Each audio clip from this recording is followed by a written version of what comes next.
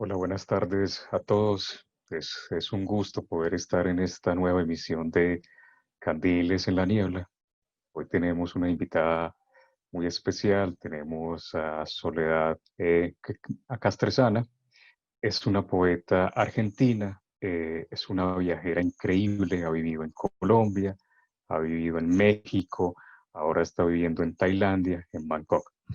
Por eso, vamos a tener un cambio en la dinámica hoy. Tailandia tiene un uso horario distinto al de nosotros, son unas 12 horas de diferencia. No podíamos pues poner a la poeta a atendernos esta entrevista a las 4 de la mañana, sería inhumano.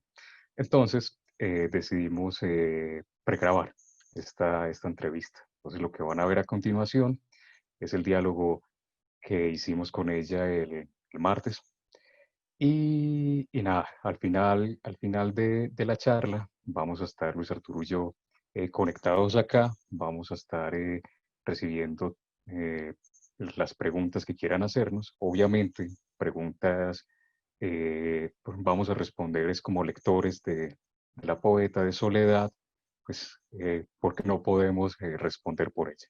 Entonces, bienvenidos a este ya tercer episodio de Candiles en la Niebla y vamos a correr ya el video. Para mí es una enorme, enorme alegría y un placer poder compartir este rato y sentirme un poquito de vuelta en Medellín, que es una ciudad que quiero mucho. Muchas gracias, Soledad. Soledad, estábamos conversando hace un momentico, aquí son las 9:30 de la noche, allá las 9:30 de la mañana, abusando de tu compañía. Llevamos ya media hora conversando, escuchando tus historias. Cuéntanos un poco para iniciar, ¿qué ha sido esa experiencia? ¿Cuánto tiempo llevas viviendo en Bangkok? ¿Qué hay de la ciudad? ¿Cómo te entiendes o intentas entenderte con ella? Bueno, llevamos en Bangkok viviendo 1 año y 1 mes. Nos mudamos con mi familia, mi marido, mis dos hijos.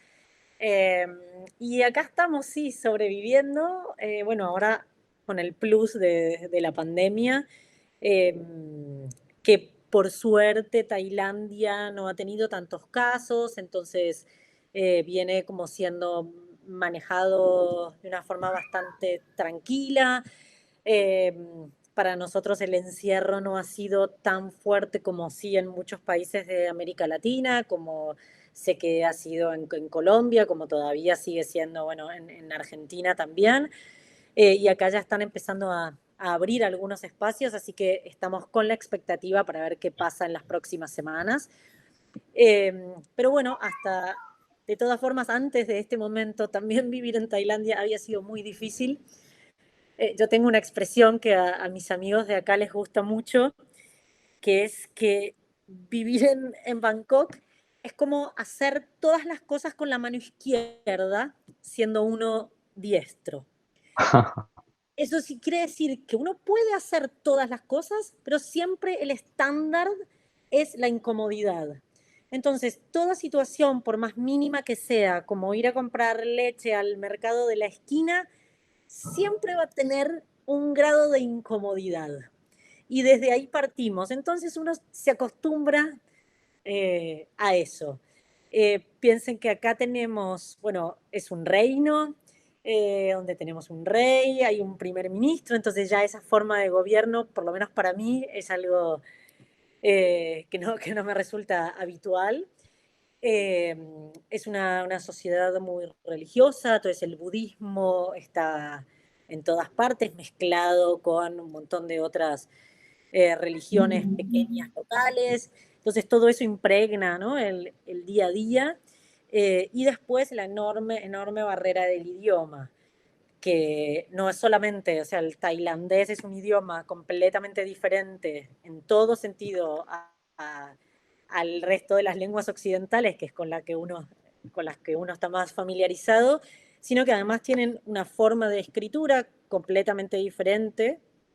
Entonces, es así, uno sale a la calle y no solo no entiende nada de lo que la gente dice, sino que además no entiende los carteles, a menos que estén escritos en inglés, que es alguno de los casos. Entonces hay una doble barrera lingüística, que es por un lado el tailandés y después el inglés, que es la lengua puente que nosotros usamos como segunda lengua y que también para los tailandeses es segunda lengua. Entonces, o sea, todos estamos incómodos hablando en otra lengua. Y que por supuesto, como pasa también en nuestros países, eh, la población con una educación media chapucea inglés, y uno también de este lado está en la misma situación, entonces a veces la comunicación se hace difícil y bueno, pero siempre están las señas, los gestos para completar las partes que quedan incompletas. Eh, pero sí, por eso digo que es como vivir todo el tiempo para mí con la mano izquierda. Muchas gracias, Soledad. Un último pedido atrevido. ¿Nos podemos asomar por tu ventana? Claro que sí. Yo vivo en un piso 26, eh, y esta es la vista desde mi rincón para escribir. Lo que ven ahí son montones de torres y edificios. En general son edificios residenciales, muchos hoteles, ¿no? Bangkok vive en gran parte del turismo, centros comerciales, etcétera. Esta zona en la que yo estoy está bastante lejos de lo que es el centro antiguo de Bangkok, donde uno vería construcciones más tradicionales tailandesas. Esto es un barrio muy moderno en donde tampoco hay templos cercanos, entonces por eso el paisaje que se ve es así, de torres y altísimos edificios. Vale, Soledad, muchas gracias por esa visita virtual. Muchas gracias. Ya nos, ya nos contarás más adelante, además de ese paisaje que nos describes, cómo juega, cómo juegan todas estas novedades en tu escritura, ¿no? Bien, continuando entonces, leo una pequeña reseña. Soledad Castresana nace en La Pampa, Argentina.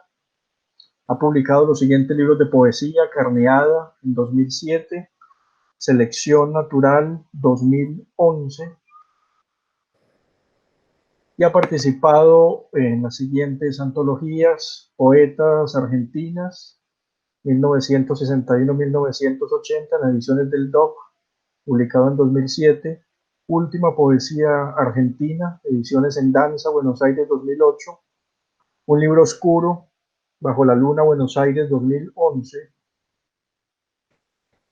el libro Contra la Locura, un libro que fue finalista del Premio Internacional de Poesía Paralelo Cero en 2014, y su libro más reciente, Qué Sangre, que por favor me corrige Soledad, es 2018 finales, ¿no?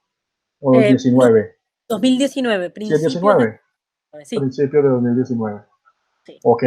Soledad, nuevamente bienvenida, y pues para disponer un poco a las personas que nos acompañan, que te escuchan, pues, queremos iniciar con una lectura de tus poemas.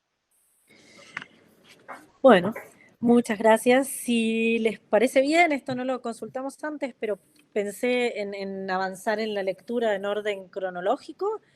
Muy bien. Entonces, podemos hacer en este primer bloque, puedo hacer dos poemas de cada libro y si hacemos otro bloque de lectura, agregamos dos poemas más. ¿Les parece bien? Muy bien. Sí, muy bien. Ok. Bueno, entonces ahí voy mostrando las tapas. Este es el primer libro, Carneada, de 2007. Y voy a leer de ahí el primer poema, que se llama Comportamiento Animal. 1. Mi sexo mandaba señales a los sentidos. A mis espaldas mi sexo rebalsaba a los costados.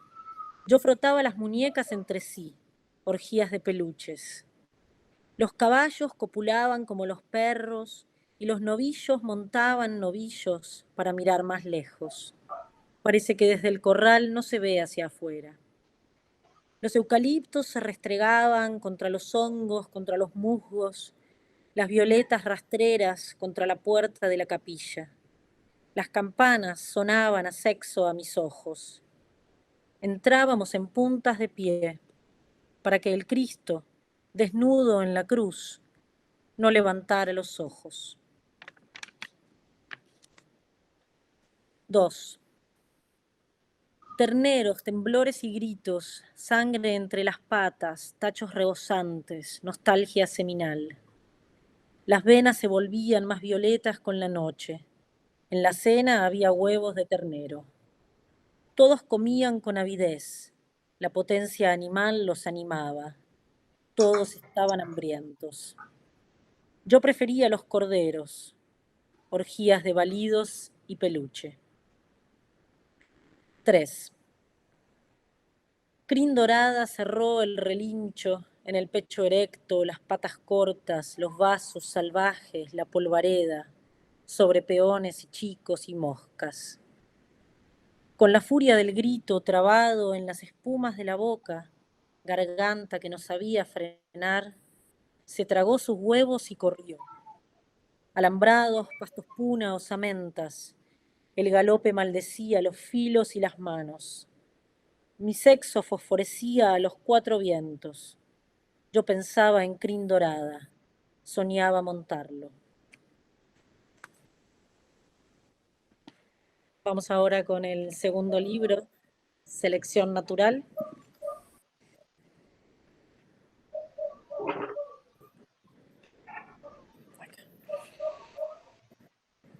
Tiburón. Solo lo que se mueve y sangra es digno de alimentar a un dios. La supervivencia del más leve.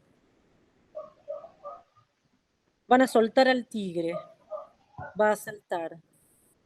Voy a esperarlo con la boca abierta.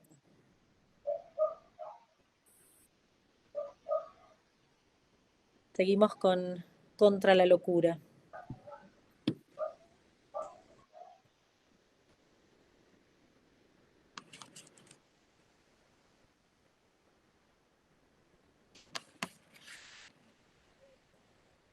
El signo de la piedra. Hace años que camino sin saber el origen del cansancio. Hay que seguir, decían en voz baja. Donde estaba la luna, ahora está el sol y antes la mirada de las hijas. Desconozco el signo de la piedra que arde. No hay alivio en la boca de la lluvia. Adelante va el viento con los pájaros. Yo piso sobre sus huellas para engañar a los perros del padre. Como los tigres. En este rincón de la tierra habíamos armado el mundo. Un jardín con flores y frutas y algunos animales pequeños. Creíamos que el perfume, como un alambre de púas, ahuyentaría a las fieras y a los hombres. No sabíamos nada sobre el arte del refugio. Vinieron los tigres y los pájaros. Ahora descansan. El tiempo para ellos es abrir una naranja y ver caer el jugo entre las hojas. También llegaron los hombres. Viven igual que los tigres. Primero el padre, después los hijos. Nos usan el cuerpo como una casa.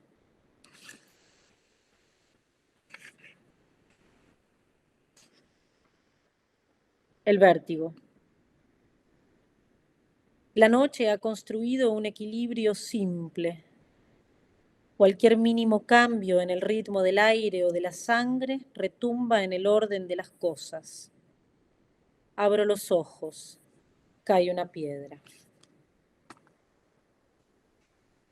Y ahora el último, que sangre.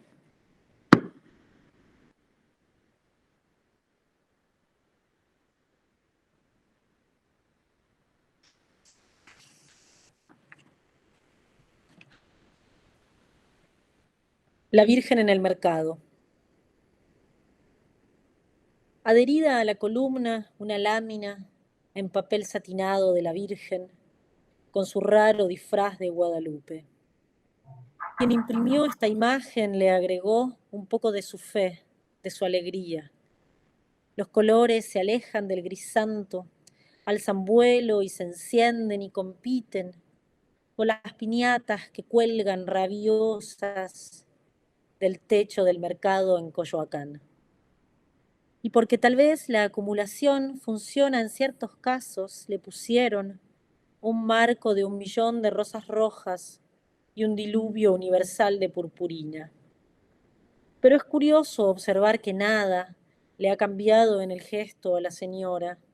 Sigue quieta, los ojos hacia abajo y las manos unidas sobre el pecho. Qué poca vanidad, me digo y miro mi perfil de reojo en la vitrina, sucia de un puestito de tostadas. Cualquier diosa, yo misma, si tuviera tales brillos y flores, alzaría la vista sonriendo, aunque en el fondo supiera que no soy más que otra mosca sobre la carne cruda y las guayabas. ¿Estamos bien para Muchísimas empezar? gracias. Sí, estamos muy bien para comenzar. Soledad, yo quisiera empezarte preguntando, no sé si conozcas a Émile Cioran, el pensador rumano que escribe en lengua francesa. Tenía uno de esos aforismos que son crueles además, que él decía, solamente se suicidan los que no tienen talento. Más allá, los que no tienen el talento. Más allá pues de la frase cáustica de Cioran, en realidad a lo que apuntaba era que, de cierta manera, tener la capacidad de organizar el orden, de darle, una organización, evita que uno tome decisiones drásticas, ¿cierto? Uno mira tus libros, uno mira el primero que es Carneada, uno mira el último, de Qué sangre, y sobre todo encuentra una violencia especial, una dureza muy fuerte en las imágenes. Yo te pregunto, ¿qué es lo que queda de la experiencia después de que la has convertido en poema y en qué se convierte el poeta después de haber convertido esa experiencia que probablemente fue real o no, pero fue decisiva, fue violenta, en qué se convierte al transformarla en poesía? Em, Creo que sí, en ese sentido, la poesía puede ser terapéutica, aunque no, no es esa una palabra que me guste, o por ahí podría decir algo más como que la poesía sí sirve para exorcizar ciertas experiencias y para transformarlas, ¿no? O sea, está la experiencia vivida muchas veces, como vos decís, como trasfondo. eh, y después aparece la escritura y eso permite transformar esa experiencia, eh, volverla otra cosa y a la vez volverla compartible, ¿no? Volver la posibilidad de compartir esa experiencia. Y ahí sí, o sea, ahí radica para mí el poder transformador de la poesía para uno, para el que la escribe. Y después el lector, ¿no? Uno espera que también eso suceda para el lector, que en todo caso el lector pueda traducir algo de eso a su propia experiencia o pueda ver su propia experiencia a través de las palabras de otro. Yo te pregunto, en esa escritura, ¿tú sientes que traicionas a la experiencia? ¿Sientes que la transformas en una cosa más diciente todavía? ¿Cómo es tu relación? ¿O no sientes que el poeta debería preocuparse por eso, por ejemplo? No, yo creo que en la poesía no hay traición, Ujú. eh, de ninguna manera. La experiencia, la realidad es una cosa, eh, y después ahí lo que decanta, con suerte, puede volverse poesía, pero ahí ya la vida del poema es otra, entonces uno puede tomar ahí algo de esa experiencia, pero ya convertirlo en otra cosa. Y además muchas veces la experiencia no es solo experiencia propia o personal, a veces la experiencia también es la experiencia de otro, ¿no? Que uno toma, de la que uno se apropia y después aparece el poema. Pero sí, creo que no hay tradición posible en la poesía.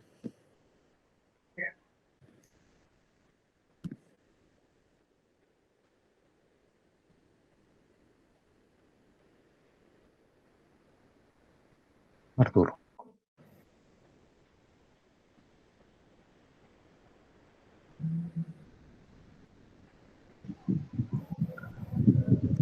Soledad, ya que nos regalaste la lectura de tus 4 libros, yo quería hacerte una pregunta y es por los títulos. Me he detenido en la lectura de ellos y en los títulos que son muy dicientes. Me sumo a lo que mencionaba Carlos hace un momento de la dureza del lenguaje, un lenguaje absolutamente contundente, brutal para narrar esa realidad. Y quería que nos contaras un poco cómo nacen esos títulos, si vienen ya dados, qué hay detrás de cada uno de esos libros con esos títulos.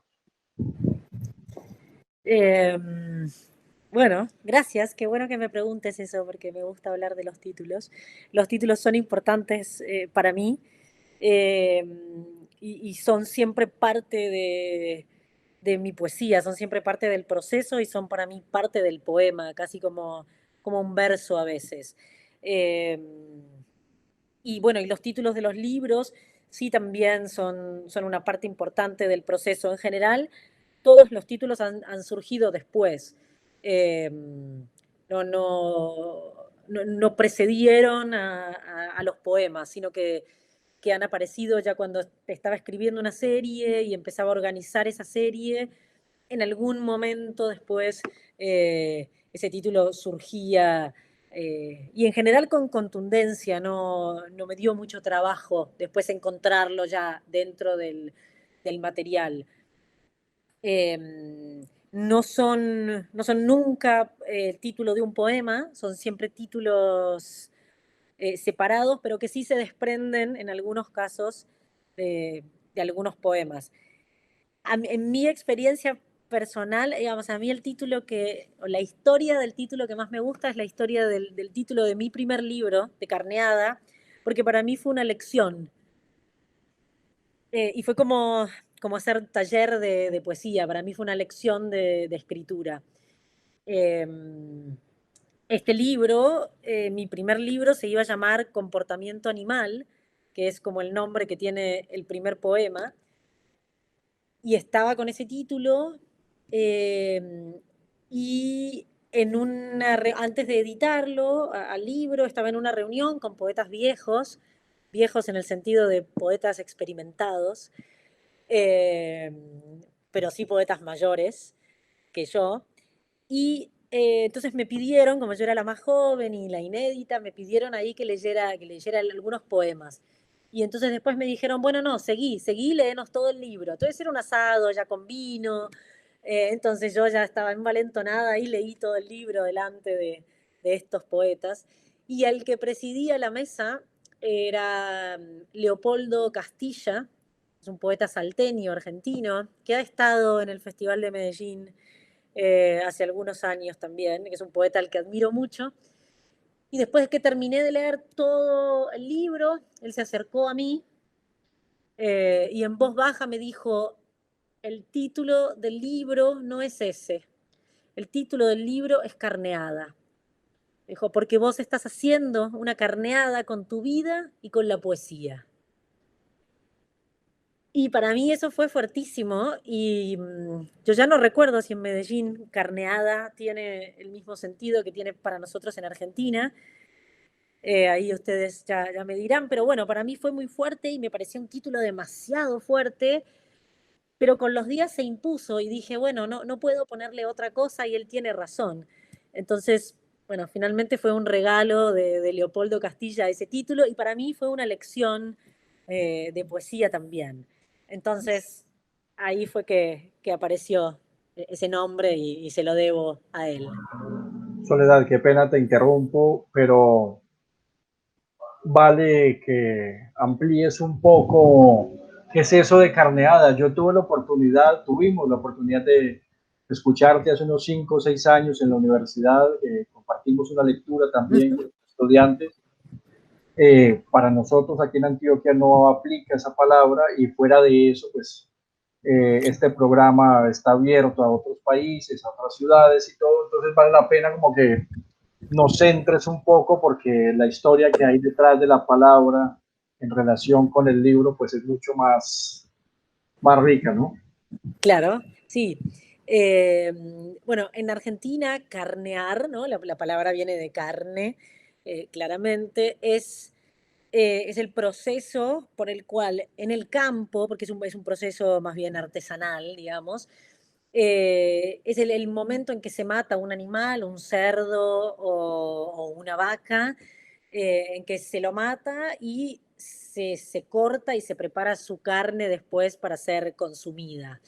Entonces, el proceso artesanal es un proceso largo que empieza en el momento en que se le clava el cuchillo en la yugular o en el cuello al animal, incluye todo el proceso de sangre, de la muerte lenta de ese animal, y después todo el otro proceso de separar la piel, de separar las partes de la carne que son aptas para el consumo, de toda la preparación que después eso lleva, y que es un proceso que todavía en el campo en Argentina se hace, que se hace normalmente en invierno por la cuestión de las moscas y los demás bichos que, que andan dando vueltas. Eh, y para quien no tiene el ojo entrenado, es un proceso muy fuerte. Yo me crié en el campo, entonces vi esa escena desde muy chica y crecí con eso. Para quien vive en el campo, es algo que se hace todos los años y también tiene como un aura de ritual, ¿no? Que es interesante y después de ahí se prepara el chorizo y la morcilla eh, y todo partes de carne que después se irán comiendo a lo largo del resto del año.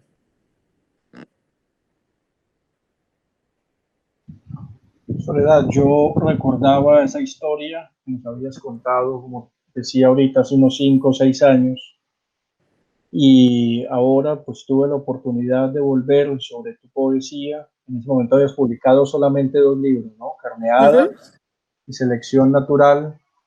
Tuvimos la oportunidad de conocer ahí algunos poemas inéditos de Contra la Locura y ahora pues por esta conversación que tenemos, muy generosa tú, nos compartiste Qué Sangre, que yo tenía muchísimas ganas de leer y ahora que recordaba la historia y que te la escucho nuevamente, tan viva, tan llena de matices, me atrevo a pensar ese título como una especie de metáfora de tu escritura, ¿no? De tus libros, en esa disección del cuerpo, ese nombrar la carne, los órganos.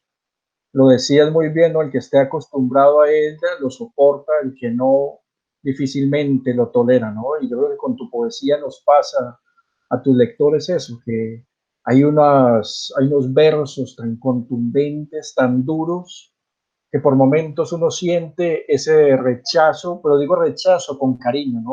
Uh -huh. Es rechazo, es por lo contundente de la imagen, lo que recreas con ella, y después hay un giro absolutamente hermoso, como de comunión con la palabra, con la poeta, con el lector, con un logro total al final del poema que queda uno, ¿qué pasó, no? Lo pensaba ese título de Carneada como una especie de metáfora que creo que le viene completamente a tu poesía. Y cuando venga la primera antología, la primera edición de la poesía completa, creo que ese será el título para ese libro, ¿no? Bueno, gracias por el comentario, lo aprecio mucho y creo que sí, que es pertinente, que ahora como puesto así como lo decís, eh, sí tiene mucho sentido y te agradezco eh, el comentario. Soledad, hay en tus poemas un tono, hay en tus poemas una presencia muy fuerte del yo, un tipo de presencia que se siente en algunos otros escritores. Pienso ahora pues en figuras emblemáticas de la poesía, con Pizarnik, como en Celan, que casi siempre uno siente como toda la fuerza del poeta como que está concentrada ahí. Es casi como uno si sintiera la intensidad y también es como una forma de encantamiento hacia el lector. ¿Alguna vez te has puesto en el papel de un lector tuyo? ¿Sientes que los lectores tuyos tendrían que ser de alguna forma para captar no solamente la violencia del lenguaje, sino todo eso que quieres transmitirle mientras escribes? Eh, no, no sé si he pensado como en un tipo específico de lector, no. Em, no así, pero sí a veces he pensado en esa idea que vos mencionás, pero por la negativa. Sí me ha pasado como de reconocer en ciertas personas que no podrían ser lectores de mi poesía, ¿no? Ajá. Como, como sí entender que mi poesía no es para ciertas personas. En ese sentido sí, lo he pensado más. Em, y a veces me pasa, por ejemplo, hace unos meses, cuando todavía los colegios estaban abiertos, eh, me invitaron de la clase de español de mi hija a leer unos poemas a su clase. Eh, no, ella va en un colegio donde hablan en inglés, pero ella tiene su clase de español. Entonces, la profesora, con mucha amabilidad, me invitó a leerle a un grupito de niños de 8, 7 u 8 años en español. Y entonces ahí sí fue como que me puso en un apriete, ¿no? Y me dijo, bueno, yo no sé si tus poemas. Claro, y lo primero es, bueno, no, pero tengo que encontrar algo y entonces ahí sí apareció como uno de mis libros que yo siento que es como un poquito más apto para todo público, que es el segundo libro, que es Selección Natural, eh, en donde sí encuentro que me resulta más fácil como compartirlo con cualquier tipo de público. Así que bueno, eso fue lo que compartí en esa lectura con este grupo de niños. Pero incluso me ha pasado, sobre todo con Carneada y ahora con Que Sangre especialmente, porque Que Sangre tiene una sección del libro que es bastante personal y bastante íntima, pero donde sí me ha pasado como de tener que hacer una pequeña advertencia al lector. Eh, Perdón por el timbre. Pero sí como tener que hacer una pequeña advertencia al lector, sobre todo algunas personas de mi familia, como decir, bueno, este material puede herir la sensibilidad del lector, usted lo lee bajo su propia responsabilidad, o directamente mejor no lo lea. Eh, sí. Eh, Soledad, Está me bien. hiciste acordar, sí, iba a decir que me hiciste acordar que en uno de los libros de Svetlana Alexievich, la última premio Nobel, bueno, o la, Sí, sí. no, premio Nobel, no recuerdo si es en La guerra tiene un rostro de mujer o en Los muchachos de Sing, ella rescata una expresión bella que dice, lo siento por los que leerán este libro y por los que no lo leerán también. Es decir, en cualquier caso debería ser algo que sí se lea y si no lo leen, pues Claro. van a sufrir igual. Bueno, yo no creo que nadie pierda nada por no leer mis poemas, pero sí esto, sí en algunos casos me sentí como sentí que tenía que decir, bueno, cuidado porque puede no gustarte lo que vas a leer. Entonces, eh, sí. Soledad, mencionaba la experiencia ya de lectura con selección natural y yo lo pienso como un libro raro en medio de tu escritura, ¿no? Raro porque, pues a pesar de ser el segundo, Me atrevería a decir que en el tercero y cuarto vuelves como a seguir la senda que ya habías propuesto en Carneada, ¿no? Un libro mucho más personal, un libro íntimo, como lo mencionabas, que sin embargo se abre a los lectores. Eh, pero en selección natural hay una elección también estética por la contención, por dejar abiertas los poemas, ¿sí? Por hacer un juego con las imágenes. Cuéntanos un poco qué hay en selección natural en diálogo con los otros, ¿no? Ujú. Sí, bueno, Selección Natural son esos poemas cortitos que leí, que leí solamente dos. eh, y sí, estoy de acuerdo con vos, es un libro raro, es un libro con el que yo tengo una relación rara también. Entonces hay momentos en mi vida en los que lo quiero, como esto, porque me permite compartir con mi hija y con sus amigos mi poesía, pero a la vez muchas veces no lo siento tan mío, ¿no? Entonces tiene ahí como que me pasa eso, me pasa también otra cosa que sin ofender a quienes lo hicieron, pero como que tampoco la edición ni la tapa me gusta demasiado, eh, como al final, no sé, no, tampoco siento que me representa mucho en ese sentido, entonces sí, sí es un libro raro para mí, eh, pero sí creo que tiene sentido después de Carneada, porque a mí lo que me pasó es que Carneada, o sea, al ser mi primer libro, y era un libro muy fuerte, qué sé yo sentí que tenía que hacer otra cosa. Siempre dicen, o sea, los poetas con experiencia y quienes tienen mucho publicado, que el libro más difícil es el segundo. Y por ahí si uno se pone a buscar en gente ahí como en escritores en serio, siempre pasa como cosas raras con los segundos libros. Eh, y a mí me pasó eso, yo necesitaba alejarme de Carneada, necesitaba escribir algo completamente diferente. Y cuando empezaron a aparecer como estos chispazos de poemas chiquititos, dije, bueno, esto es. O sea, y me propuse como eso, ya no escribir sobre más animales abiertos, ni tripas. De hecho, como me propuse no usar la palabra sangre, que aparece solamente una vez en todo el libro, como me puse muchas limitaciones a mí misma para poder correrme y por ahí, no sé, limpiarme un poco de la intensidad que había sido eh, escribir Carneada. Eh, entonces, bueno, eso quedó como un libro en otro tono, eh, pero bueno, está bien. Gracias, Soledad.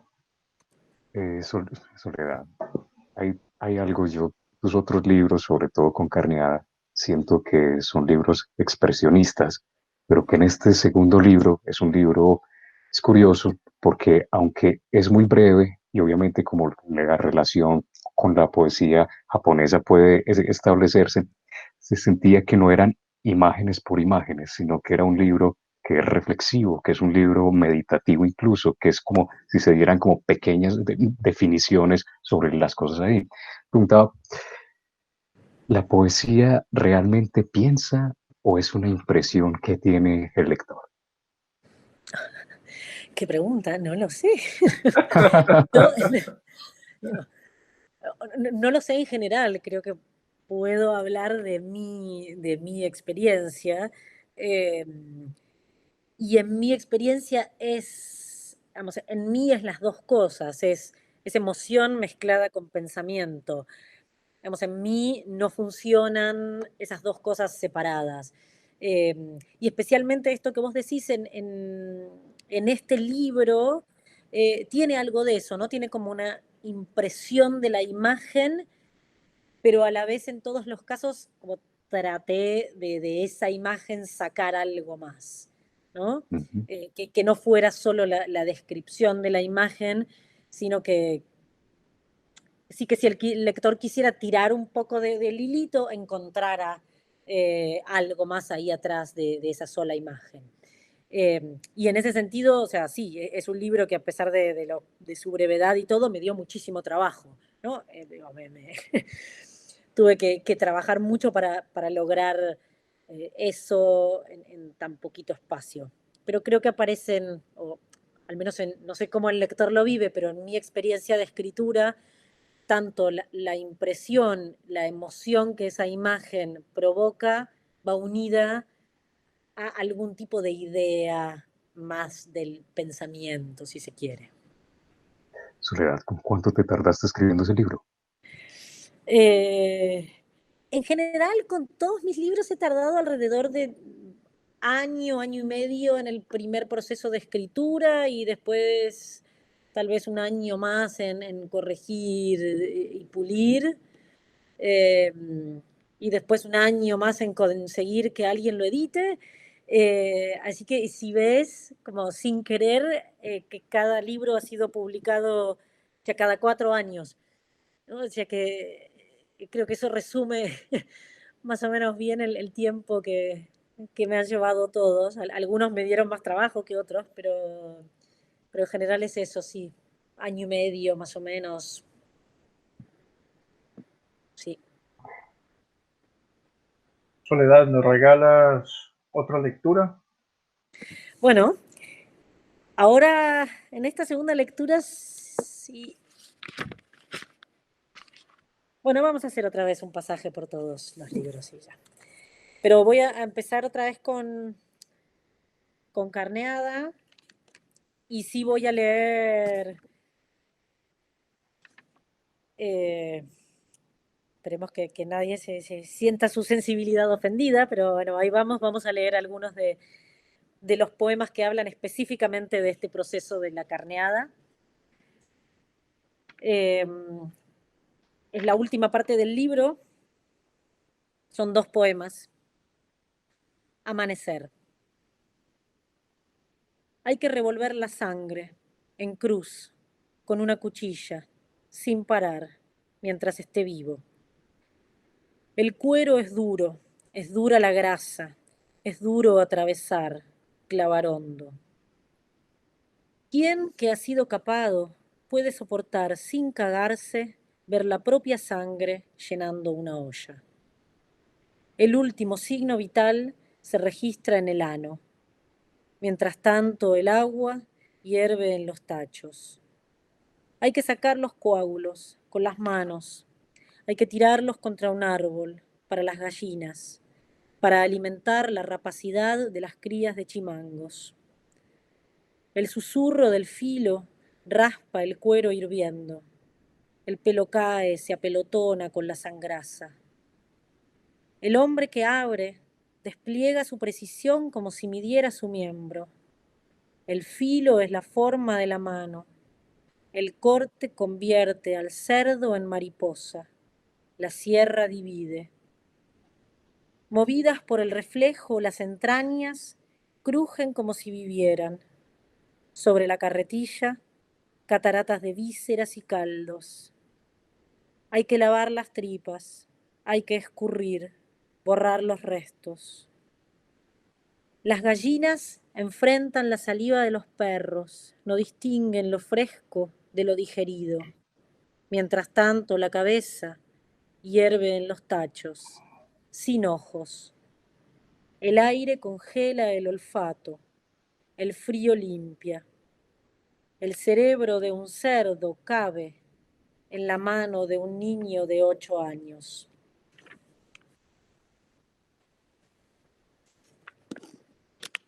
Antes de que pases del libro, yo tengo una petición. Vale. Advertencia a los que se pierden por deseo. Claro que sí.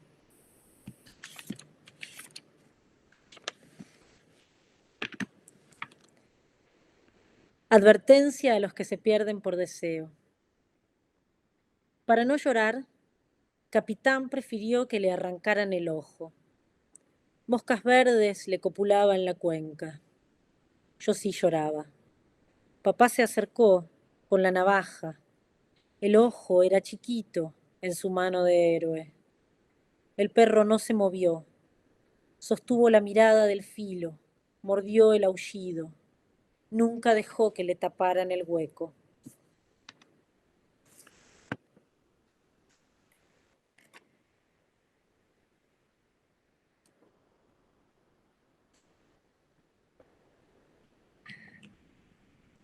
voy.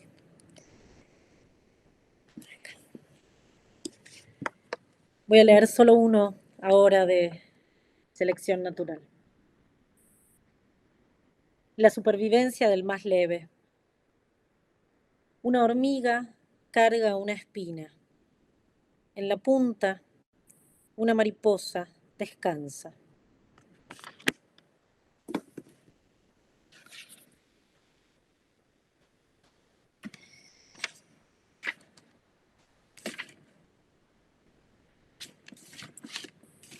Vamos a pasar ahora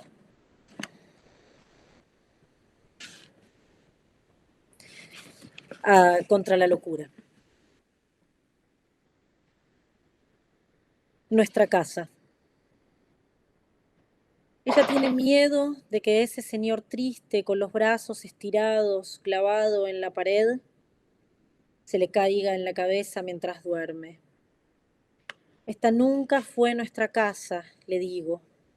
Estos miedos no son nuestros.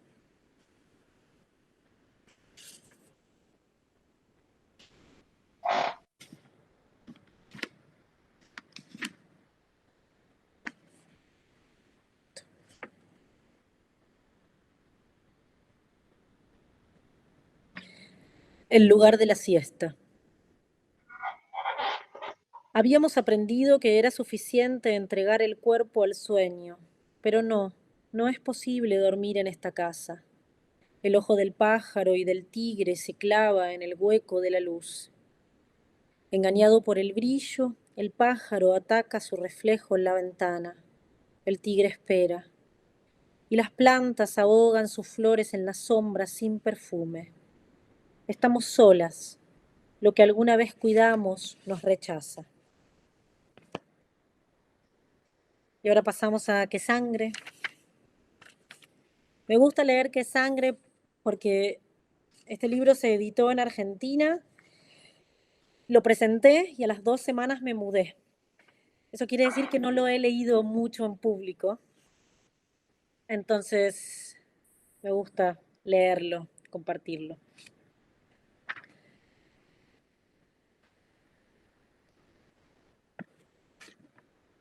Madre e hija frente al espejo. Me quiero sacar la teta, dice, mientras se estira el pezón con la tenaza de sus dedos tan pequeños todavía. No se puede. ¿Por qué? ¿Podés sacarte jalando una pierna o un brazo? No. ¿Por qué? Porque cada parte de tu cuerpo es todo el cuerpo.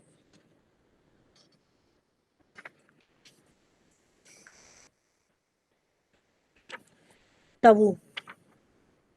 ¿Será que si me cortan las 2 tetas, por fin voy a poder andar por la calle con la camisa abierta y sin corpiño para que el aire me bese la piel en los días de tanto calor? No, tampoco nos dejan mostrar las cicatrices.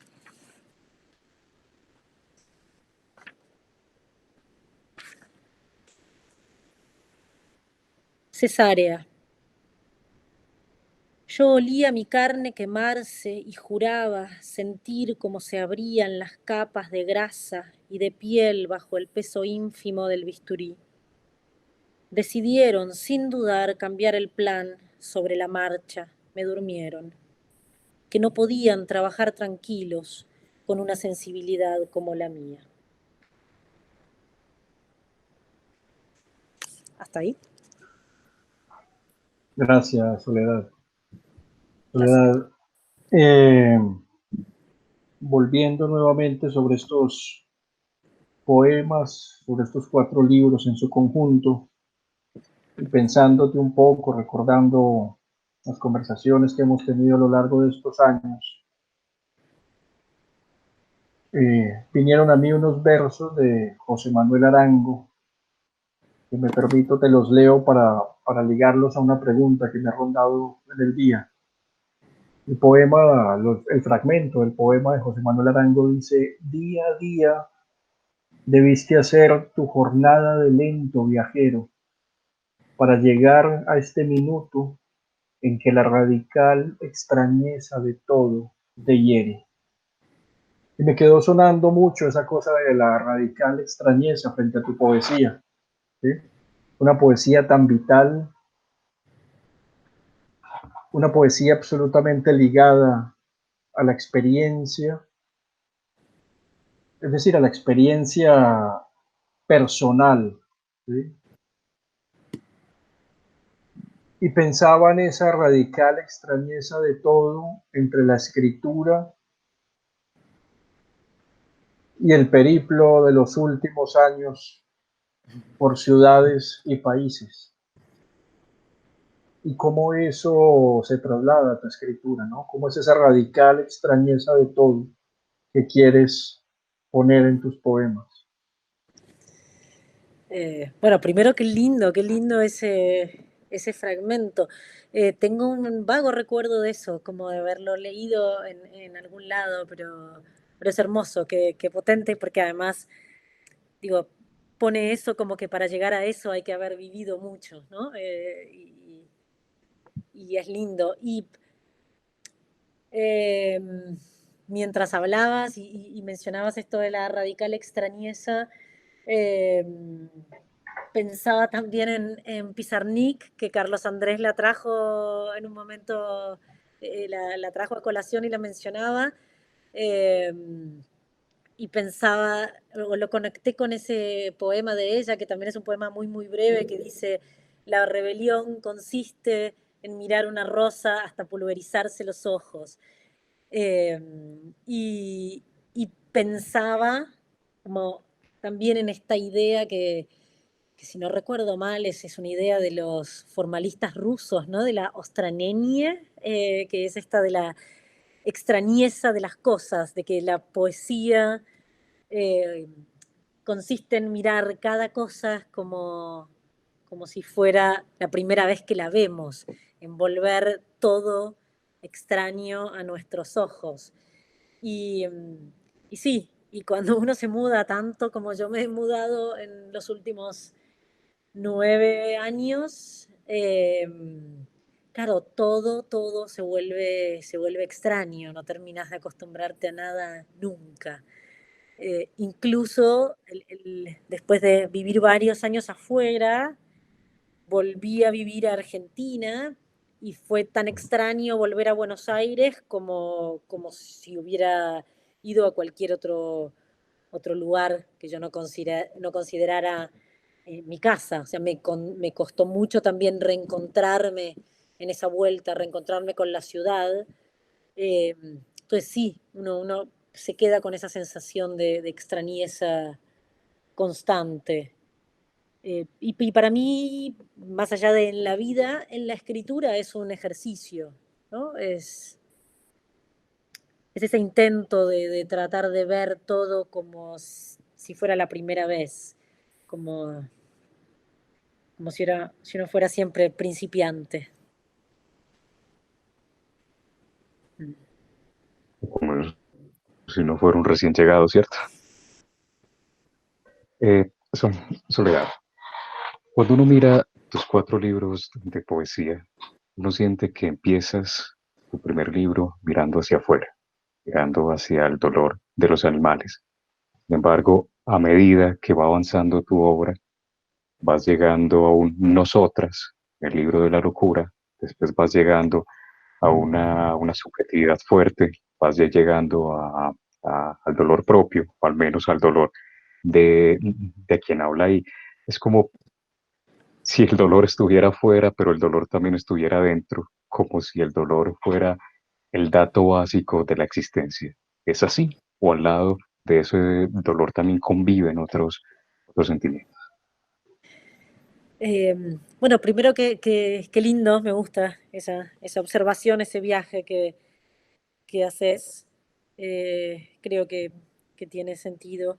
Y sí, sí, bueno, es parte de la experiencia. Por suerte también hay otras cosas que hacen que el dolor sea más llevadero, pero sí.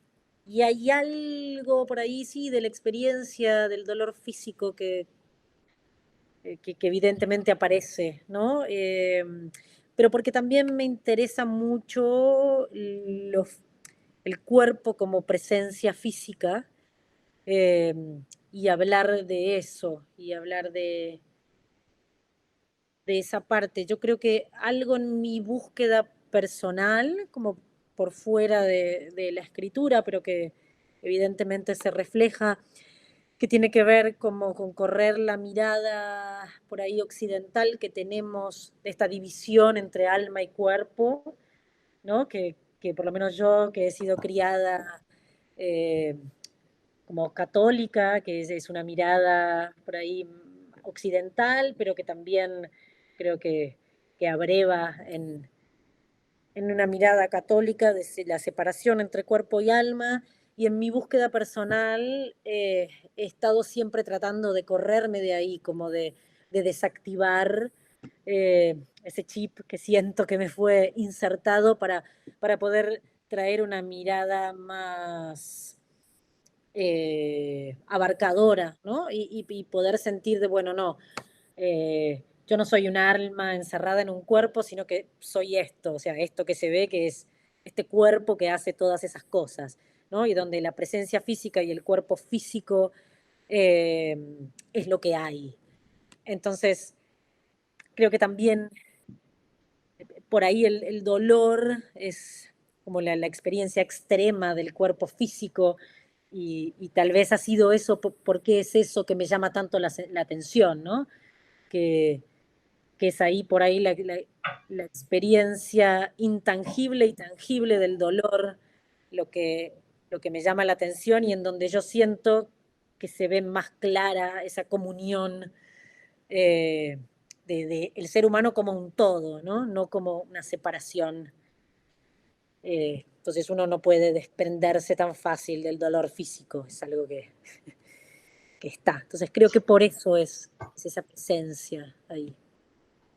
¿No? Soledad, es muy curioso porque al negar esa dualidad entre el alma y el cuerpo, al mismo tiempo al uno leyendo tus libros, también uno ve que en cierta medida niegas esa dualidad entre yo y el otro, porque tus libros al fin y al cabo son esa identificación con el dolor ajeno. Yo no sé si todo lo que tú narras, les digo que narras con todo el respeto, pues porque tiene como un componente narrativo tu poesía, pero si lo que cuentas en tus poesías es solamente experiencia tuya o como nos decías al principio, también experiencias que te han llegado y te han contado. Entonces esa identificación sería doble, no solamente esa negación de alma-cuerpo, sino de un yo y un nosotros. Sí, eh, sí, creo que poder pensar en un nosotros ha sido la búsqueda más de estos últimos libros y debo decir que más bien que un nosotros, yo creo que es más un nosotras, Sí. que por ahí la experiencia ha estado puesta en el cuerpo de mujer, o sea, la búsqueda ha estado ahí y en un nosotras femenino. eh, y sí, como vos decís también, la experiencia de base real que está detrás de muchos poemas y de varios de los libros no siempre es personal.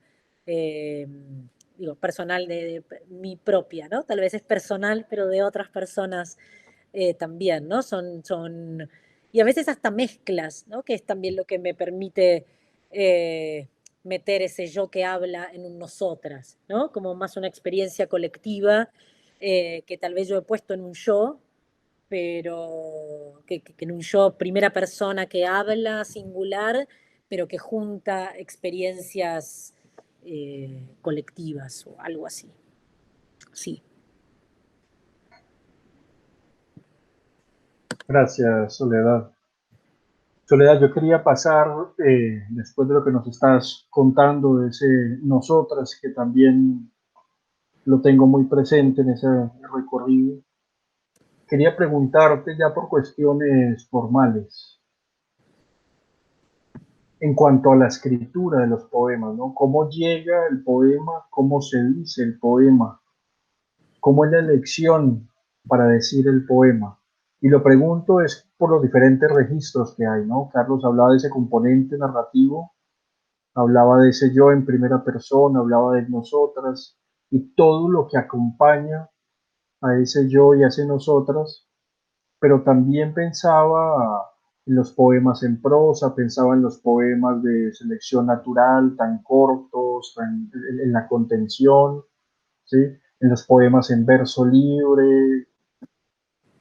¿Cómo se llega a ese proceso de escritura? ¿Cómo hay una elección o hay una imposición del poema para ser dicho? Creo que, bueno, en el caso de mis libros depende de los casos. Y entiendo que cada uno ha sido escrito de la única forma que podía ser. Eh, y creo que donde fue, bueno, más buscado fue en selección natural, que sí fue como una... Cuando empezaron a aparecer esos poemas, ahí fue ya una decisión, ¿no? De, bueno, quiero escribir poemas que no tengan más de 4 o 5 líneas, pero bien cortitos, con poquitas palabras. Entonces ahí fue un poco más deliberado y más consciente, tal vez. Eh, y en los otros libros tienen que ver con el tema de los libros y creo que es algo que apareció, o sea, que apareció y que tal vez aparece en 2 o 3 poemas y eso ya sienta como el tono de lo que va a venir. Entonces, si bien cada poema tiene su ritmo, sí también después cuando entendía que ese poema podía formar parte de la serie, bueno, buscaba que también tuviera desde lo formal alguna coherencia, ¿no? Que hubiera alguna especie de música en común. Eh, que eso pasa, creo que en Carneada, que los versos en general son versos más cortitos, que son versos también más cortantes, eh, incluso menos articulados, tal vez unos con otros, ¿no? Ahora como releyéndome a distancia veo un poco eso. Eh, Después están los poemas cortitos, después es Contra la locura, que aparecen esos poemas más en prosa, que creo que tienen que ver también con una serie de imágenes más surrealistas y que pertenecen como al mundo más de lo onírico, entonces aparecieron así, como en oraciones más largas y más difíciles de cortar, porque aparecían ahí como más una especie de todo mezclado, como suelen aparecer los sueños. Y después, que sangre yo a veces siento que es un poco más ecléctico, porque en que sangre sí aparecen versos más largos, sí aparece un componente más narrativo, como bien señalaba Carlos Andrés, que tal vez ahí se parece un poco a Carneada por ese componente narrativo fuerte que tiene. Eh, y después hay algunos poemas en que sangre donde me animé a jugar como con algo, un poco de un verso un poquito más medido, como con ciertas rimas internas o cierta música interna, que no sé si se nota o no, pero como que estuvo apareciendo en algunos de los poemas de Que Sangre, que primero quise reprimirlo y después lo dejé. Dije, no, tal vez esto no sé, está bien y puede ser el principio de alguna otra cosa. Que ahí sí siento que cambió, fue algo que apareció y después cuando lo observé, eso, tuve la intención primero de refrenarlo y después dije, no, voy a dejarlo y voy a explorar, pero no es todo el libro así, ¿no? Pero sí hay algunos poemas que tienen algún verso un poquito más medido, un poco más estructurado. No sé si Soledad, termino de contestar. podrías compartirnos en este momento precisamente ese tipo de poetas, perdón, ese tipo de poemas? Eh, a ver si...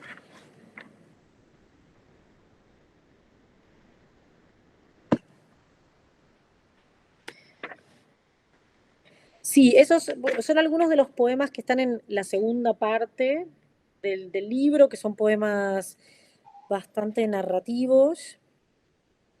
Uno de ellos es uno que leí en la primera tanda, que es La Virgen en el Mercado, que tiene ahí como una musiquita. Eh, y después, este otro, Que bueno, vamos a ver cómo lo escuchan ustedes, pero para mí tiene como un tipo de versificación y de corte de verso, que era algo que yo no había estado trabajando mucho antes, además de que es un poema un poco más largo. Este es otro de ahí, de los poemas de referencia a México, y que sí tiene de fondo una experiencia como real, familiar, en este caso, compartida por la familia. La noche en que se nos inundó la casa.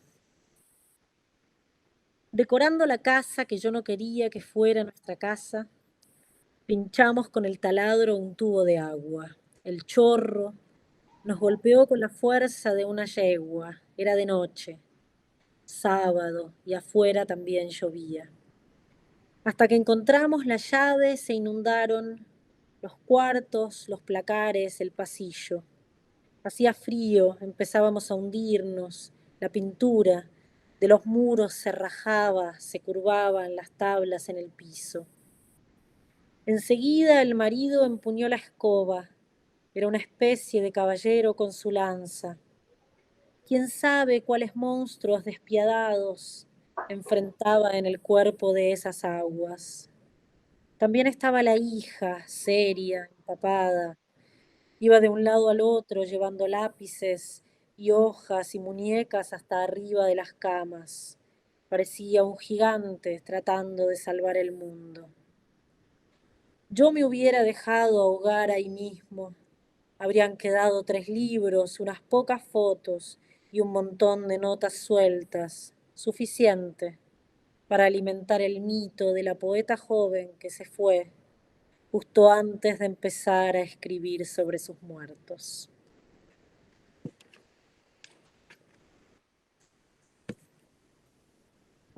Bien, Soledad, yo quisiera devolverme esto que hablabas ahorita sobre la feminidad, sobre el nosotras.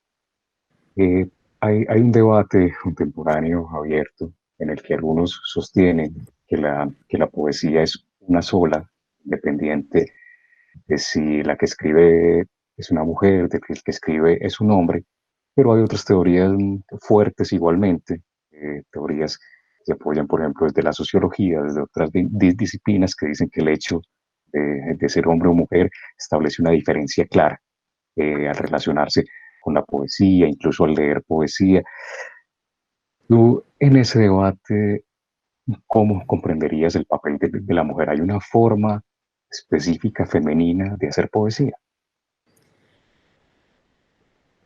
No creo que haya una forma femenina en general. Eh, lo que sí creo es que la diferencia de la experiencia por el hecho de ser mujer determina necesariamente una diferencia en el producto poético, si podemos ponerlo así, poético o artístico en general. Yo creo que, dado que cualquier cosa que tenga que ver con la expresión artística, cualquier producto, eh, siempre está un poco teñido de la biografía de la autora o el autor. Entonces me parece que desde ese punto necesariamente el hecho de ser hombre o mujer lo pone a uno en una posición diferente frente a la experiencia y por consiguiente frente a lo que aparece. O sea, la experiencia del cuerpo no es la misma entre un hombre y una mujer, entonces entiendo que un poeta hombre, si quiere escribir de su cuerpo, digamos, va a ser bien distinta la experiencia de lo que es una mujer. Eh, pero yo creo más como en la distinción a partir de la experiencia, ¿no? Como algo como más individual ahí que colectivo, ¿no? Creo que la diferencia está primero en la experiencia y en todo caso después en el producto artístico, digamos, sea el que sea. Esta tarde me puse a releer a José Ángel Valente tiene un texto sobre Antonio Tapiz, dice algo bastante bonito. Dice, crear no es un acto de poder, poder y creación se niegan, es un acto de aceptación, reconocimiento. Crear lleva el signo de la feminidad, no es un acto de penetración en la materia, sino pasión de ser penetrado por ella. Es muy curioso porque en ese debate parece que los hombres tenemos que devenir femeninos para poder escribir, pero, pero no sería inverso, en el que ustedes tendrían que venir hombres para poder escribir. A mí me parece encantador eso. Eh, no sé, ahí yo creo que da para una charla más larga, porque creo que en el fondo, sí, lo que hay en eso, o sea, sigue siendo un pensamiento masculino. Creo que esa frase yo creo que esa frase solamente la puede decir un hombre. Eh, pero, pero pienso como también un poco en al revés. Hace poquito escuchaba el comentario sobre una escritora del siglo XIX, ya ni me acuerdo el nombre de la escritora porque fue algo como que escuché en la radio de lejos, pero que decía algo así como que las críticas que le hacían a su obra, que eran todas críticas buenas, era escribe como un hombre, no como una mujer. Entonces me parece que eso también tiene que ver con la época, con la coyuntura en la que estamos. En algún momento se trataba de eso, o sea, las mujeres trataban de parecer hombres en su escritura o en cualquier otra actividad artística que hicieran, porque esa era la única forma en que por ahí podían llegar a ser aceptadas.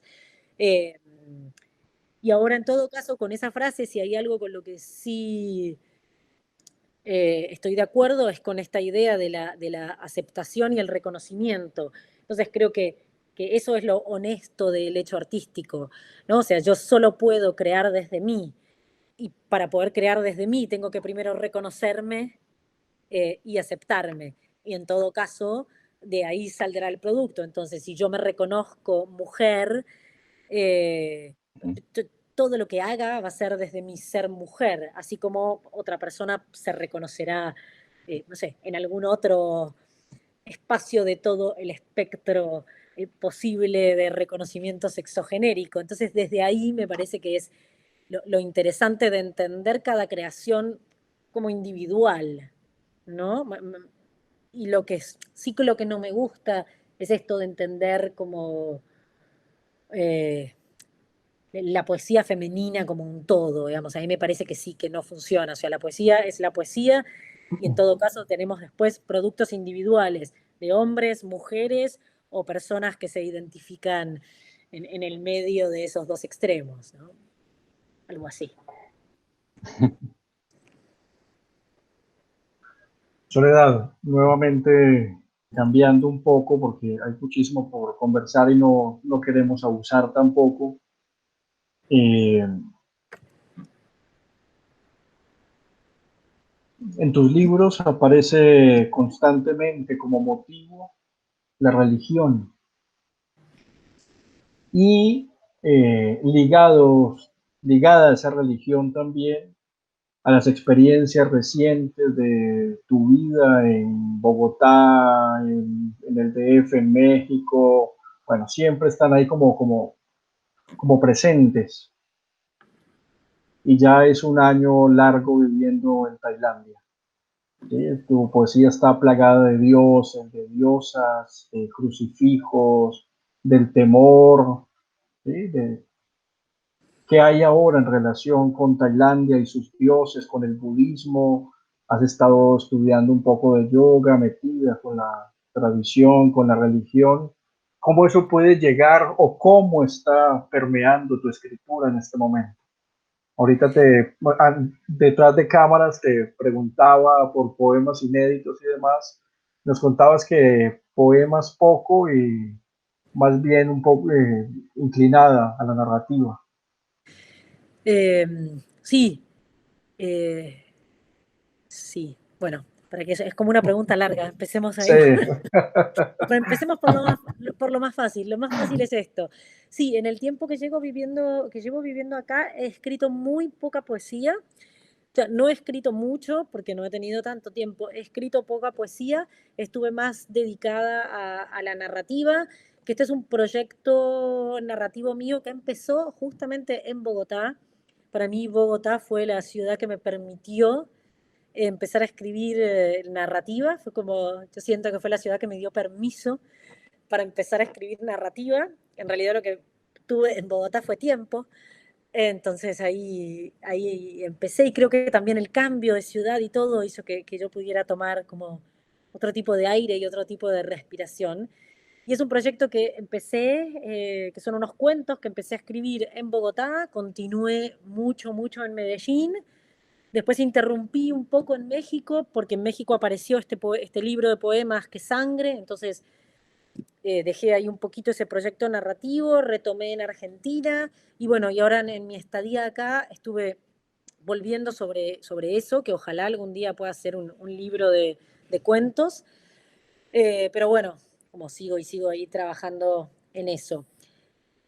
Pero además, o sea, he estado escribiendo más cosas del orden de tal vez de lo reflexivo, estoy llevando un diario, he escrito como algunas cosas más como impresiones y todo eso, porque sí lo que me ha pasado acá es que, claro, todo es tan distinto y es tan abrumador que, que uno tiene la sensación de que necesita escribirlo de otra forma, ¿no?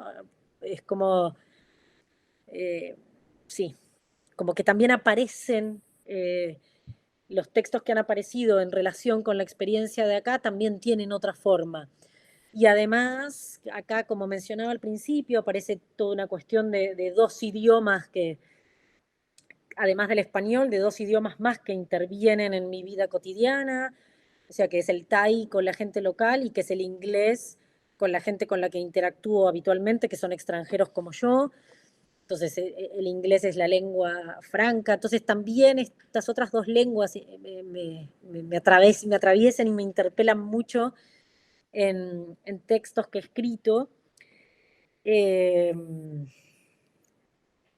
y hace poco escribí un poco en serio, un poco en broma, un poema que publiqué en Facebook, donde aparecen las voces de mis hijos, ¿no? Porque ahora mis hijos de repente se han vuelto bilingües, entonces esas convivencias con voces y con cosas raras. Y después sí, toda la cuestión de lo religioso que mencionaba Luis Arturo, o sea, sí como yo me crié en la religión católica y las imágenes de la religión católica siempre han estado presentes en mi vida, después aparecieron en mi escritura, siempre un poco peleándome con ellas. Y claro, como también viví, además de en Argentina, en Colombia y en México, que son dos países con los que compartimos ahí toda la presencia de la religión católica, también mezclada con religiones locales, bueno, que en México eso me impresionó mucho más, me impresionaron mucho las religiones locales y los resabios, o no tanto, o lo que queda de esas religiones y todo lo que ha ido permeando también y se ha mezclado con la religión católica. Y acá es como otro planeta completamente distinto. O sea, he querido leer un poco, he querido meterme un poco en el mundo del budismo, pero la verdad que es tan impresionante, es tan además gigante, porque después, o sea, yo había empezado a leer cosas antes de venir a Tailandia y después cuando llego acá a Tailandia descubro que el budismo tailandés no es el mismo que el budismo zen o que el budismo más eh, por ahí que se conoce más en el mundo occidental, que es el budismo más de origen chino, ¿no? Como que cada país oriental tiene algo de budismo, pero completamente distinto a todos los demás. Entonces acá en Tailandia está muy metido con el hinduismo, que a la vez el hinduismo es una mezcla de montones de cosas diferentes. Entonces es tan complejo eh, que uno empieza ahí y se pierde, ¿no? Entonces, no, es imposible seguir una línea. Entonces es todo súper interesante y súper confuso. Así que ahí estoy, como a duras penas, tocando de oídas y tratando de entender quién es este Dios, quiénes son estos. Porque sí, Tailandia tiene ahí como mucha influencia y además, o sea, mucha influencia de la India y sus religiones, pero también tiene mucha inmigración china posterior, eh, y mucha cultura local muy fuerte. Entonces, o sea, todo está mezclado con todo. Y sí, es muy difícil. Bueno, ¿verdad? Por aquí que vamos a realizar un par de preguntitas finales. Yo quisiera preguntarte lo siguiente. Argentina es un país que tiene una gran tradición poética. En mi caso personal, creo que es la primera gran tradición a la que me dirijo. Nosotros sabemos cómo es escribir con ese peso de nombres tan grandes encima de uno. Por ejemplo, aquí casi que hay que pedirle permiso a García Márquez para poder escribir. ¿Cómo es en Argentina si nos ponemos a contar todos esos nombres que le ha dado a la poesía? ¿Sientes ese peso? ¿Ya lo has superado? Em, no, la verdad es que nunca lo sentí como un peso, sino eh, más como una guía, como una luz. O sea, yo creo que ni siquiera puedo aspirar a la sombra de esa tradición, ¿no? O sea, entonces yo creo que uno está ahí y escribe, y bueno, y después están ahí estos grandes poetas o escritores que sirven para iluminar, pero bueno, son ellos el canon y son ellos la tradición, y uno está acá ensayando poemitas y tirando versos y metiéndolos en un librito, no más que eso. Pero sí agradezco poder leer en mi idioma a los escritores que tenemos, no solo en Argentina, sino también en América Latina, ¿no? Grandes poetas y que uno nunca termina además de descubrir, ¿no? Sí. Soledad, y por último, la poesía joven argentina. ¿Cómo es tu relación con ellos? ¿Estás al tanto de qué se está haciendo? Estas pequeñas editoriales independientes, los talleres, toda esa tradición relativamente reciente de la clínica, sí, todo eso que se teje como en torno al libro y a la escritura. Sí, yo creo que eso sí es un gran orgullo de nuestra vida literaria, artística en Argentina, la cantidad de talleres, la cantidad de editoriales, todo eso es espectacular, la cantidad de escritores nuevos, eh, jóvenes y no tan jóvenes, pero nuevos. Yo creo que todo eso está buenísimo. Leo todo lo que puedo. Sí, en el último tiempo, otra vez, he estado leyendo por ahí más narrativa que poesía, pero siempre que tengo la oportunidad lo hago.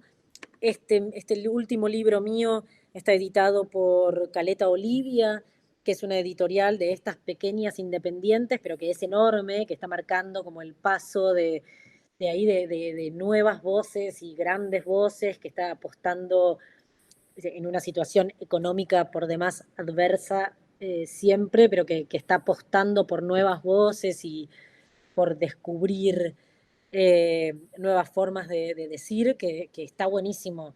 Y a pesar de las crisis y todo, creo que todo eso en Buenos Aires siempre sigue apareciendo, y ahora también con una gran fuerza, me parece, desde el interior de Argentina, ¿no? Como que siempre el ojo había estado puesto en Buenos Aires, y me parece que ahora están haciéndose sentir voces también muy fuertes desde el interior del país, y todo eso está buenísimo. Y yo trato de estar al día en todo lo que puedo, pero bueno, también es difícil porque también, o sea, en esta cosa de que tengo de ir moviéndome, yo también quiero leer, o sea, siempre he querido leer a poetas o escritores colombianos, a poetas y escritores contemporáneos de México.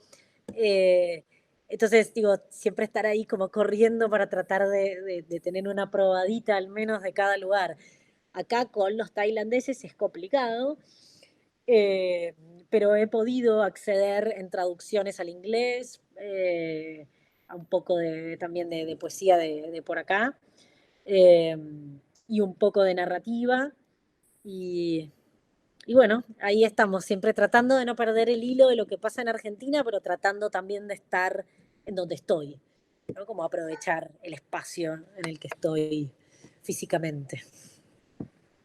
Para cerrar, Soledad, y ligando la pregunta con el comentario que hacía Carlos ahorita, con estos poetas más jóvenes argentinos, ¿encuentras un diálogo fuerte con la tradición o es una actitud de ruptura y de otras búsquedas? ¿Cómo ves tú la poesía que se está haciendo ahora en Argentina? Eh, mm, yo lo veo como una continuidad, sí, o no sé si como una continuidad, pero como continuidades, ¿no? Creo que lo que sí hay como una gran diversidad de voces y algunas de esas voces enlazan con distintos aspectos, con distintas líneas de nuestra tradición.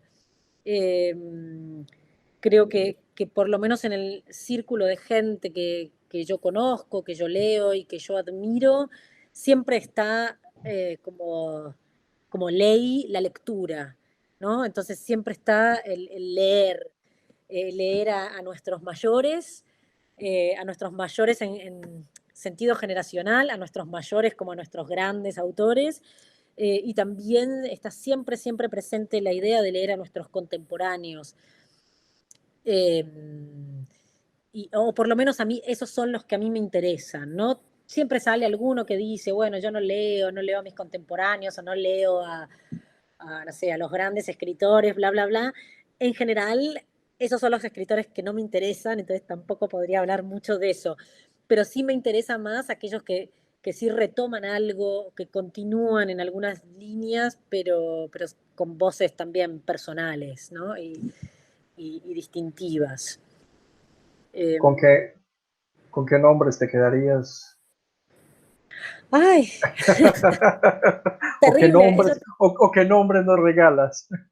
tendría que ahí como que pensar mucho, pero eh, bueno, puedo nombrar, en poesía puedo nombrar por ahí a mis maestros poéticos que siguen en plena producción y siempre uno peca ahí con quedarse corto, pero Claudia Massín, que es una generación mayor a la mía, es una poeta la que leo, ella tiene ya una enorme obra, a pesar de ser joven, tiene una gran obra y su poesía es siempre contundente, consistente, coherente, y produce muchísimo.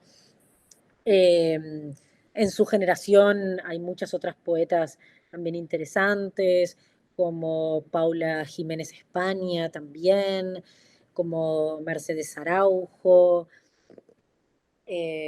como Teresa Arijón, eh, muchas de ellas con un perfil muy bajo, que también han editado ahí, ¿no? Como en pequeñas editoriales y cosas así, que tal vez no es tan fácil encontrarlas así nomás, o es más fácil encontrarlas en redes que a veces encontrarlas en librerías.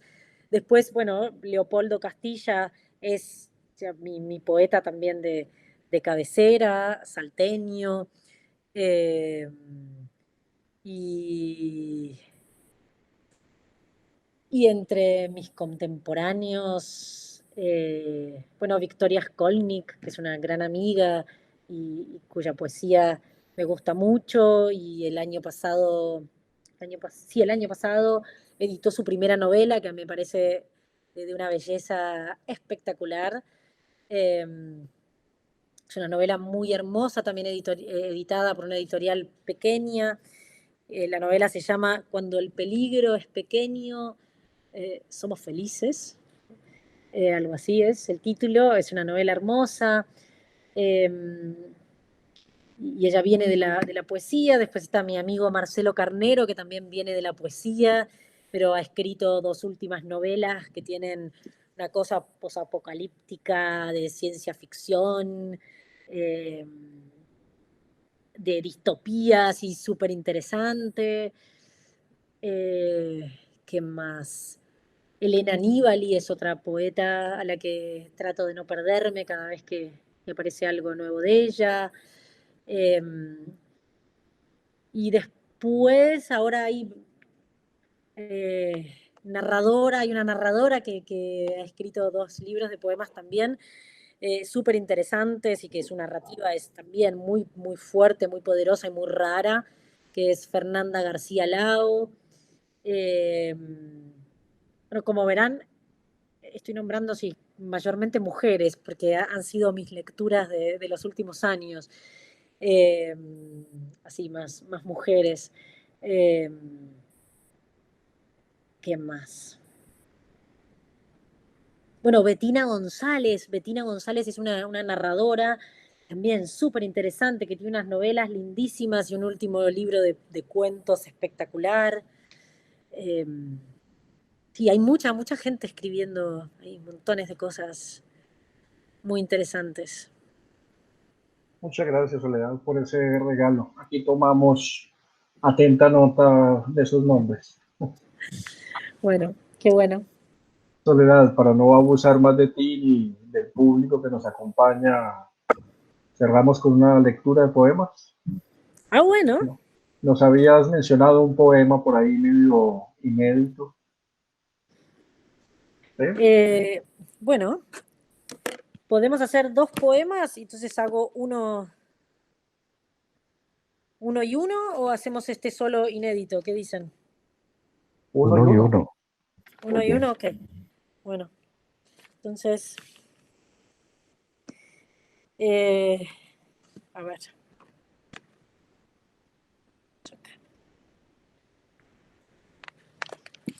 Vamos a empezar con el inédito y terminamos con el otro. Entonces, el inédito en realidad es medio inédito, es un poema que se apareció en una plaquette que editaron unas amigas mías de México, 2 poetas súper interesantes, Marisela Guerrero y Yolanda Segura. Ellas tenían un ciclo de poemas, de un ciclo de lecturas, perdón, y entonces hacían pequeñas antologías en forma de plaquette de los autores que íbamos a leer. Y entonces me invitaron a su lectura y apareció este poema. Es un poema sobre México, donde, bueno, ahí van a ver que hay como una cosita ahí medio en broma también.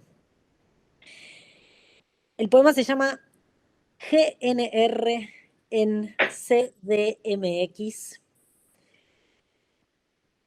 que esto traducido sería Guns N' Roses en la Ciudad de México, o donde se retoma el Tempus Fugit.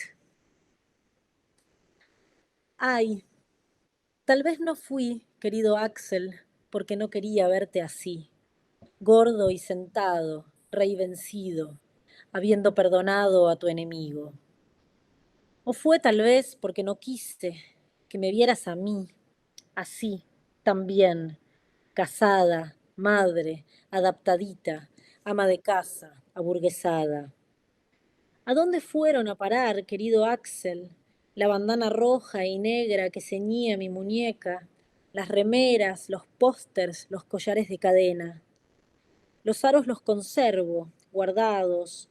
No queda bien una señora que en la oreja lleva una bala, un colmillo, un esqueleto.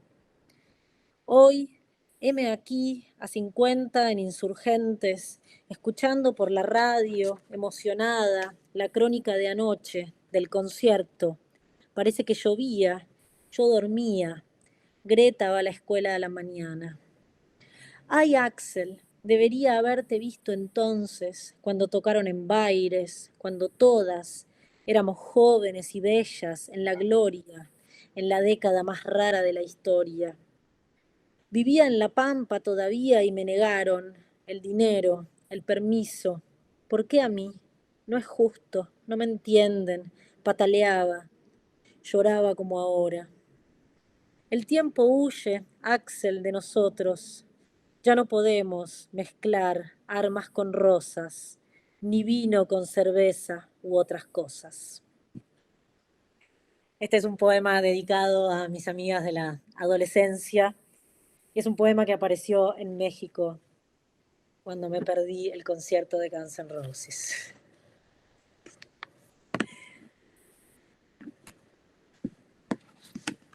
Y era un poema que me resultó después muy difícil poder meter en cualquier libro, o poder meter en el libro que estaba armando, entonces por eso quedó ahí como solito perdido, y generosamente Marisela y Yolanda lo tomaron y lo editaron en esa plaqueta.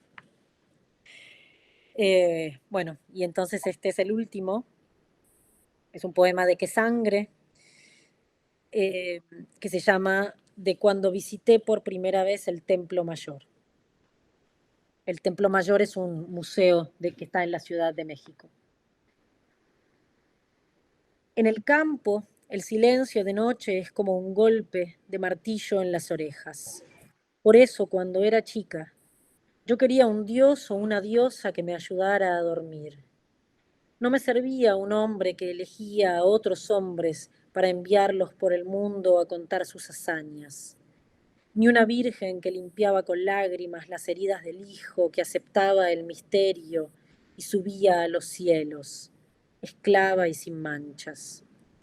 Tampoco ese hijo que ofrecía la mejilla y después, mientras sufría sabiéndose Dios, llamaba al padre llorando de miedo.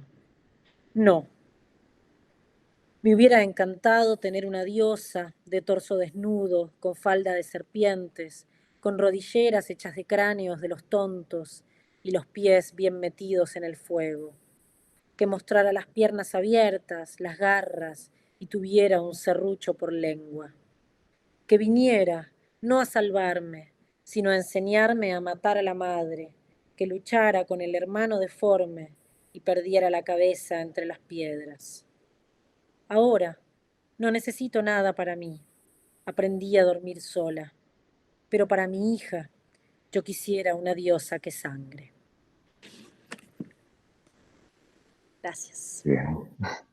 Soledad, muchísimas gracias por aceptar la invitación desde Tailandia, por darnos esa muestra de tu poesía, por tener la paciencia de contestar tantas preguntas. Muchísimas gracias.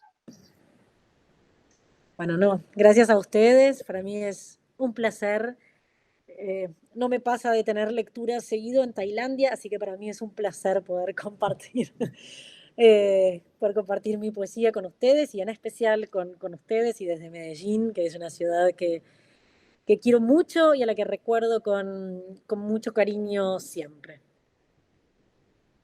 Soledad, un gusto escucharte, verte. Gracias por compartirnos tu poesía, tu voz, ese sol enorme que está entrando por tu ventana, tu sonrisa. Qué rico verte nuevamente. Un abrazo enorme para ti y para la familia. Gracias, gracias y abrazos a todos por allá también.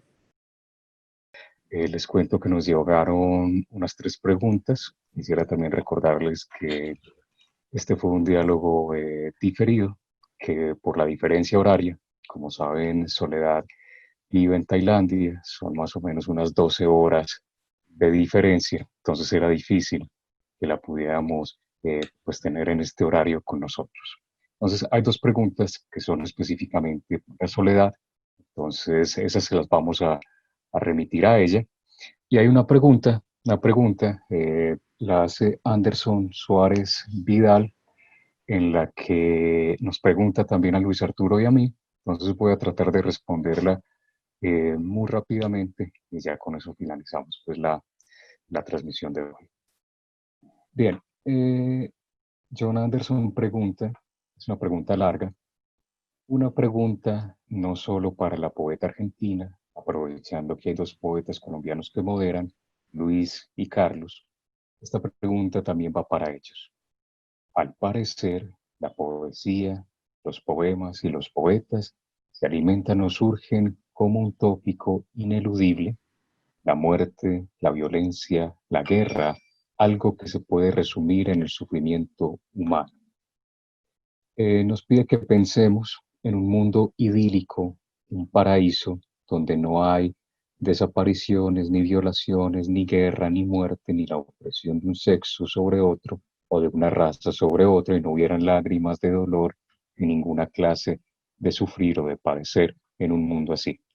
¿Qué pasaría con el lenguaje de la poesía y sus recursos? ¿Qué pasaría con el poema? ¿Sobre qué escribiría un poeta? ¿Cuál sería, sería igual de excelsa y sublime la poesía? Bueno, es una pregunta larga. Yo creo que podríamos empezar a responderla diciendo que la poesía no siempre se ha ocupado del dolor. Al lado de este tema hay muchísimos que perviven. La belleza, la vanidad, la banalidad, el humor, incluso la contemplación. Hay muchísimas cosas a las que los poetas siempre han cantado, pero sí es cierto que parece que esta época se ha especializado en el dolor. No sé si ustedes recuerdan un hermoso ensayo de Marguerite Yourcenar, El tiempo, gran escultor, el ensayo que le da título a ese libro.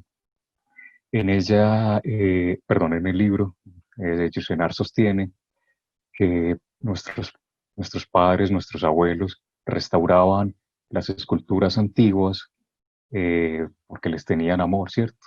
Cambio que nosotros, en esta época, que estamos más acostumbrados a las cicatrices, más acostumbrados al dolor, lo que hacemos es dejarlas mutiladas y presentarlas así, ¿cierto? Entonces, en cierto sentido, ocurre lo mismo con la lírica que es moderna. Nos hemos acostumbrado ya a dos guerras mundiales, a grandes genocidios que, que han ocurrido en todos los lugares del planeta. Entonces no es fácil que los poetas canten sobre otra cosa. Y sin embargo, en la modernidad, poetas contemporáneos se están ocupando de otras cosas. Piensen, por ejemplo, en Rilke. Rilke alcanzó a vivir para experimentar qué era la Primera Guerra Mundial. No fue a los campos, pero por lo menos fue contemporáneo de esos enfrentamientos. Y acuérdense que hay un poema de Rilke en el que le están preguntando que él qué hace con el sufrimiento, qué haces con el dolor, y él dice, yo celebro.